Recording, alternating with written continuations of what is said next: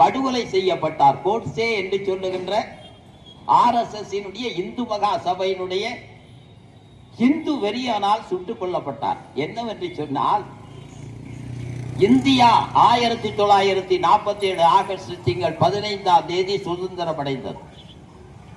அதற்கு முதல் நாள் பாகிஸ்தான் விடுதலை அடைந்தது. மரியாதைக்குரிய தலைவர் ஜின்னா அவர்கள் பாகிஸ்தானை இஸ்லாமிய நாடு என்று அறிவித்தார்.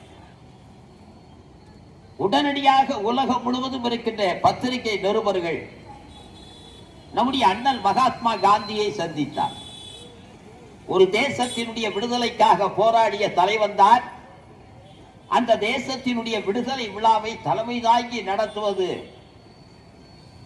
செஞ்சீனத்தினுடைய புரட்சி ஏற்பட்டது என்று சொன்னால் மாதேசி அந்த நாட்டினுடைய குடியரசுத் தலைவராக மாறினார். ரஷ்யாவினுடைய புரட்சிக்கு தோழர் லெனின் பாடுபட்டார் என்று சொன்னால்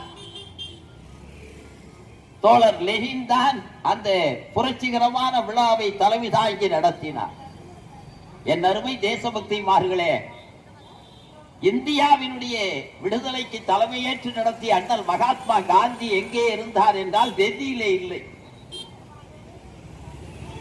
கல்கத்தாவிலே நவகாணியிலே இந்துக்களும் இஸ்லாமியர்களும் கடுமையான கலவரத்தினில நூற்றுக்கணக்கான பிணங்களின் மத்தியில வேண்டாம் வேண்டாம், இந்த கலவரம் வேண்டாம், இதற்கா இந்த தேசம் விடுதலை அடைந்தது என்று மக்கள் மத்தியிலே அமைதிப்படுத்துகின்ற வேலையிலே அண்ணல் மகாத்மா காந்தி இருந்தார். இது ஒரு பெரிய வரலாறு.